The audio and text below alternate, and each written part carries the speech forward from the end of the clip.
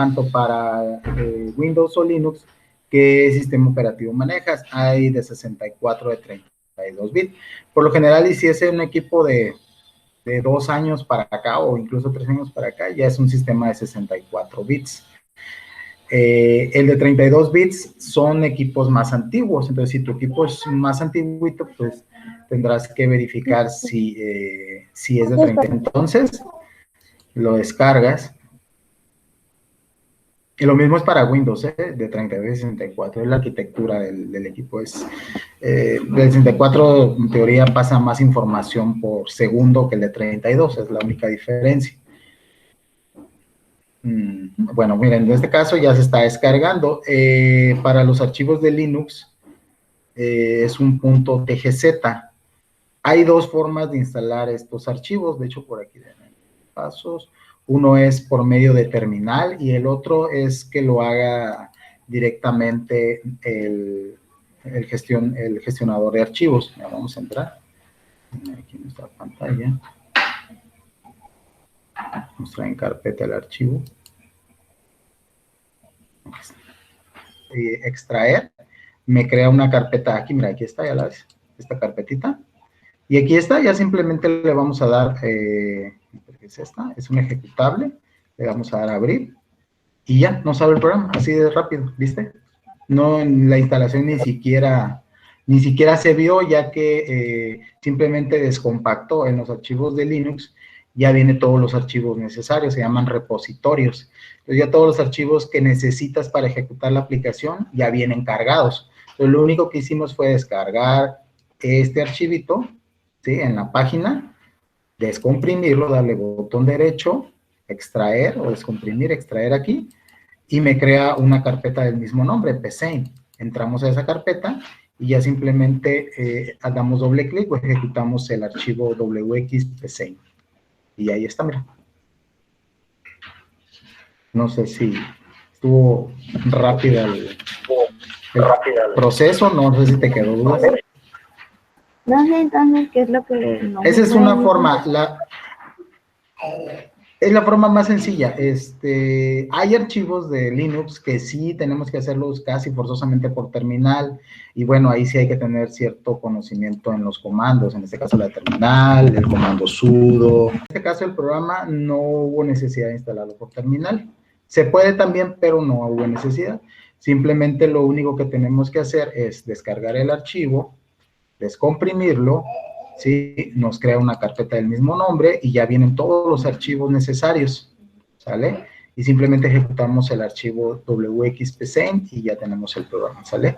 Es todo lo que hay que hacer en el caso de este programa. No hay mayor complicación como otros casos, otras aplicaciones específicas. Ok, pues, igual en el caso de Linux es un programa que es bastante compacto, vamos a decir, no está para nada pesado. Ya habría que descomprimirlo en este caso. Ayer hicimos por medio de Windows también la instalación. Al final de cuentas lo que queremos es llegar a correr este programa, ¿no? El día de ayer veíamos, por ejemplo, que existían diferentes perfiles. Bueno, dentro del menú de PC tenemos estas 5 opciones, estas líneas de menú, que son muy comunes para todos los programas. En el programa archivo tenemos crear un nuevo, abrir, guardar con otro nombre, editar los diagramas, exportarlos y salir, ¿no? En editar, pues, hacer, deshacer, cortar, copiar, pegar, buscar, eliminar. En el de configuración, pues tenemos, la más importante sería esta, que son las opciones de lenguaje de perfiles, que era lo que ayer les decía, que por ejemplo, dependiendo, como es un programa didáctico que utilizan muchas instituciones de educación, cada institución puede personalizar o crear un perfil, ¿sale? Que incluso aquí le ponen su logotipo de la escuela o el nombre. Entonces hay un perfil, aquí está el del CETIS, por ejemplo. Hay un perfil específico para cada, digamos que el maestro crea un perfil específico para sus alumnos, ¿no? Entonces aquí podemos, con Alep, aquí está también, ¿no? Entonces nosotros podemos crear un perfil específico. Esos perfiles, ¿qué van a hacer? Bueno, pues van a poder o nos van a permitir cambiar ciertas opciones de cómo vamos a crear nosotros nuestros algoritmos o cómo vamos a escribir nuestras líneas de código. Si no queremos utilizar ninguno de estos, vamos a utilizar el común que se llama flexible. Aquí escribimos y bueno. El flexible, vamos a decir que es el que es por default. ¿Cuáles son las características de flexible? Miren, vamos a verlas.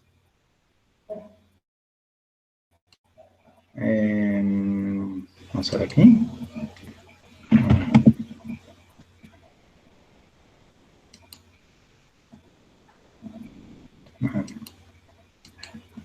No me aparece. Vamos a ver qué. Ya, es que es flexible. A ver, personalizar. Ahí estamos. Miren, en este cuadrito son las diferentes opciones que se cambian. Cada uno de estos perfiles tendrá modificada una de estas opciones. Por ejemplo, en el perfil de flexible, tenemos algunas opciones no seleccionadas, como por ejemplo, dice la primera, no permitir utilizar variables o posiciones de arreglo sin inicializar. Más adelante vamos a ver lo que es un arreglo. Un arreglo, hagan de cuenta como una lista, así tal cual. Imagínense una tabla que llenamos con números, como una lista. Entonces, inicializar significa asignar nosotros algún valor a esa tabla o ese arreglo, o iniciarla en cero, ¿no? Entonces, aquí, por ejemplo, no necesitamos porque no está marcada. La segunda opción dice obligar a definir los tipos de variables. Las variables ya habíamos checado cuando estábamos viendo las características del algoritmo, que puede haber variables de tipo entero, de tipo decimal o flotante, de tipo carácter, de tipo byte, de tipo doble. Dependiendo el dato que vayamos a almacenar, es el tipo de variable que nos puede convenir. Por ejemplo, si voy a almacenar letras, pues no voy a usar un tipo entero, porque ese es para números, ni un tipo byte, ni un tipo punto decimal o flotante, porque voy a almacenar caracteres. Y por otro lado, si lo que voy a almacenar es números, pues no voy a utilizar un tipo char o tipo cadena, porque esos son específicos para letras. Entonces, eso es definir un tipo específico para la variable, dependiendo lo que vayamos a hacer. Entonces, en este caso, el flexible no me permite trabajar sin tener que declarar la variable. Si yo marco esta opción, entonces forzosamente tengo que declarar mi variable para trabajarla. De lo contrario, no me va a permitir o me va a marcar ahí un error, ¿no? Variable no declarada. Bueno, entonces estos perfiles que vemos aquí al lado izquierdo se basan en estas opciones. Algunas pueden ser más estrictas que otras, va a depender ahí, pues, de cada maestro, ¿no? Cómo lo esté trabajando con los alumnos. Si tiene que ser muy estricta la sintaxis o al escribir los pseudocódigos o hacer nuestros diagramas de flujo, en que sean muy estrictos, o puede ser más sencillo, ¿no? Omitir ciertas cosas como estas que acabamos de ver. Bueno, estos son entonces los famosos perfiles, que bueno, ahí no nos vamos a meter mucho, nada más una explicación breve.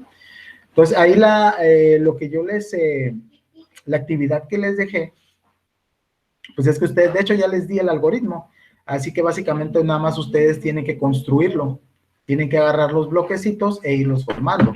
Recuerden que, por ejemplo, aquí en este caso ya tenemos el inicio y el fin, la columna, el renglón 1 y el renglón 3, ahí tenemos inicio y fin. Si vemos la figura, miren, es lo que tenemos, ¿no? El símbolo de inicio y el símbolo de fin de estas, vamos a decir que en pseudocódigo esto se representa en diagrama de flujo con estas dos figuras que tenemos aquí. Es todo lo que tenemos de inicio, ¿no? O es lo que nos forma siempre que creamos un nuevo algoritmo, un nuevo programa. Entonces, aquí ustedes le van a dar un nombre, el nombre que ustedes quieran, operaciones, lo que sea, operadores, o el nombre que ustedes quieran. Posteriormente, a ver, vamos a ver aquí está.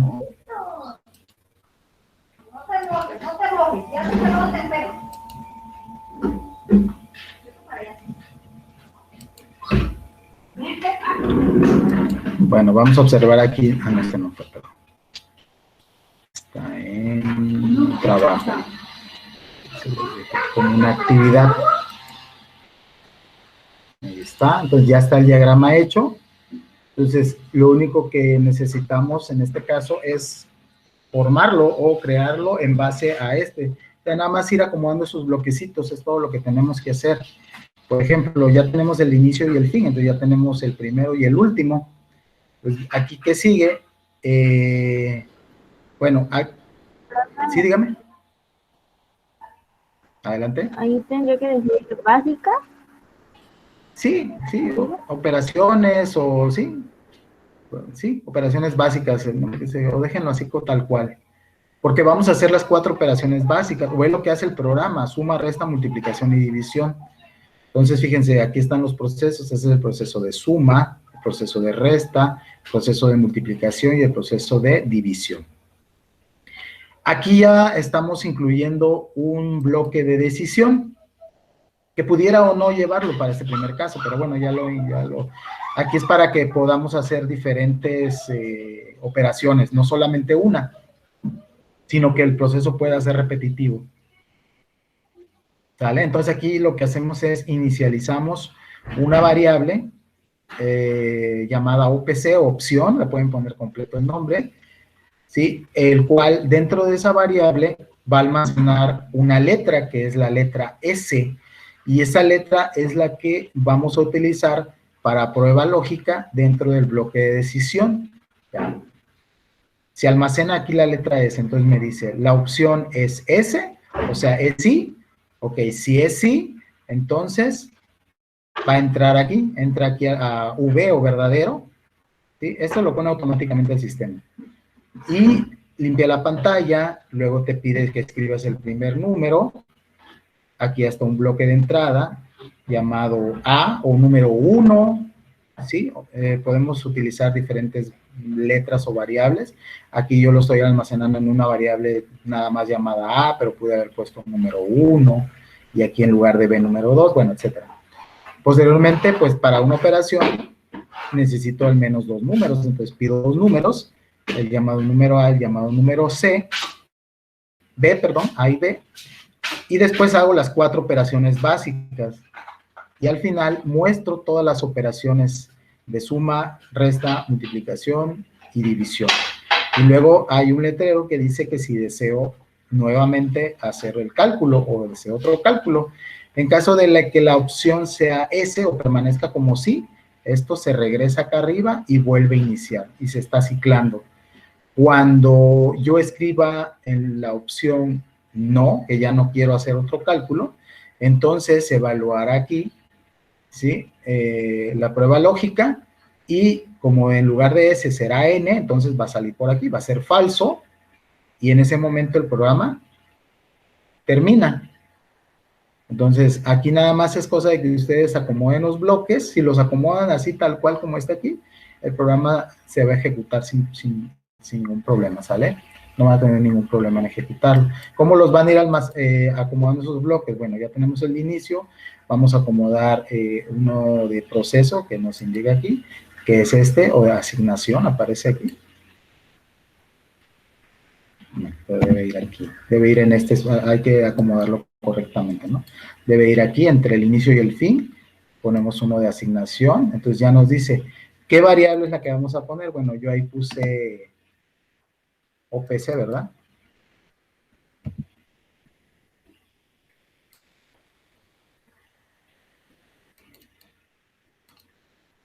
Me falla el mouse. Bueno, vamos a poner...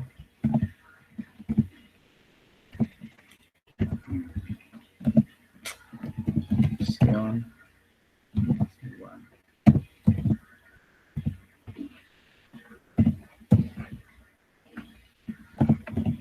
Así tal cual está en...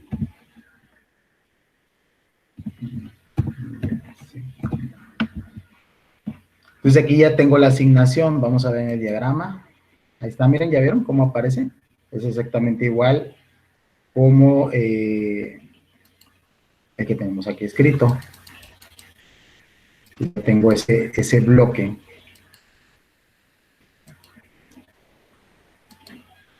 Usando un poquito más. Luego que sigue,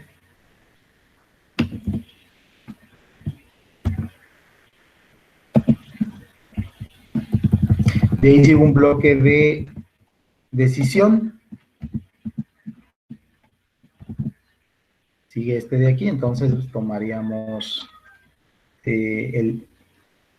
bueno, si entonces, mientras repetir, vamos a tomar este. Bueno, este es para, bueno, sí o de lo contrario, vamos a poner el repetir. Hasta que mientras repetir para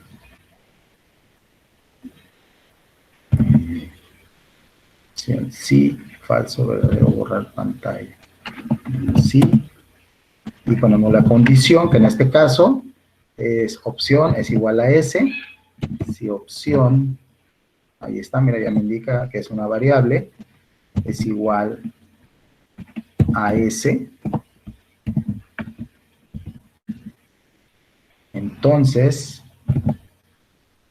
sigue un borrar pantalla. Ahí está. Y luego escribe el primer número. Vamos a poner ahí escribir. Ponemos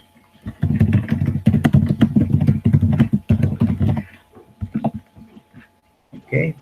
Miren, vamos viendo cómo está el diagrama, cómo se nos va formando. Ahí está. Inicio. Es verdadero. Luego escribe el primer número. Ahí se va formando. Y luego necesitamos leer, o sea, introducir el dato. Utilizamos el bloque de leer.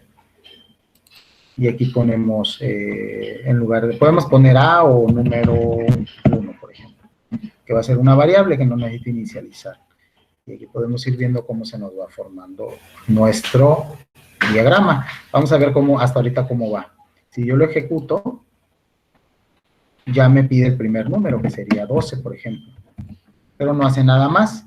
Me falta escribir el segundo número, ¿sí? Y después hacer las operaciones, ¿no? Como está aquí. Ahorita vamos hasta este punto. Vamos a escribir el segundo número. Entonces necesitamos aquí nuevamente un bloque de entrada o de salida, donde vamos a poner siempre comillas dobles.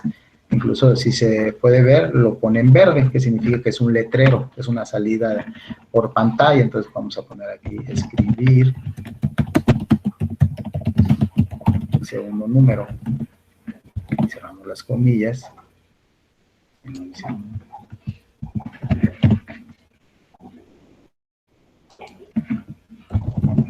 Entonces hasta ahí ya estoy pidiendo el segundo número y necesito un bloque de entrada, uno de lectura, para poder introducir el segundo valor.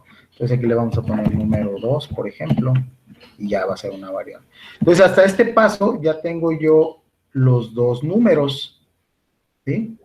Primero y segundo número. Faltaría hacer las operaciones. Si lo ejecutamos ya nos va a pedir los dos números, por ejemplo, 1000 y 500. Pero no va a hacer nada más, solamente los va a pedir. Todavía no hace ninguna operación. Pues ya necesitamos aquí entrar a la primera operación. Y una operación pues sería un bloque de asignación, ¿sale? Donde vamos a poner la operación que sería número 1. Le vamos a hacer la suma primero.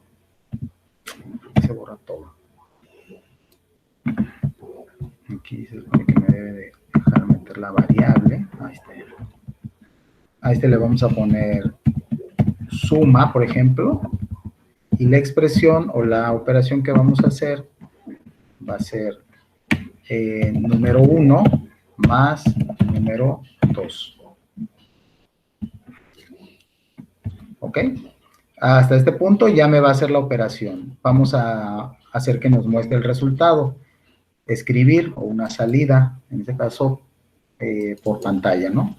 Y vamos a poner, por ejemplo, la suma es, aquí vamos a asignar el valor de la variable, que el resultado de esos dos números que voy a meter se va a almacenar en suma. Entonces vamos a mandar a imprimir esa variable llamada suma. Ahí está. Y con eso ya nos va a hacer la primera operación. Vamos a ver cómo va el algoritmo. Miren, ahí solito se va formando. No está tan complicado. A lo mejor no tiene exactamente la misma forma, pero ahorita la va a tomar, ¿no? Ahí ustedes con que funcione es suficiente. Por ejemplo, lo vamos a ejecutar. Y aquí ya puedo meter dos números, 120 más 340. Lo que me va a hacer es la suma de esos dos números. La suma es 120, ¿sí? La suma de... ¿qué hice? A ver, número 1. Está mal esto.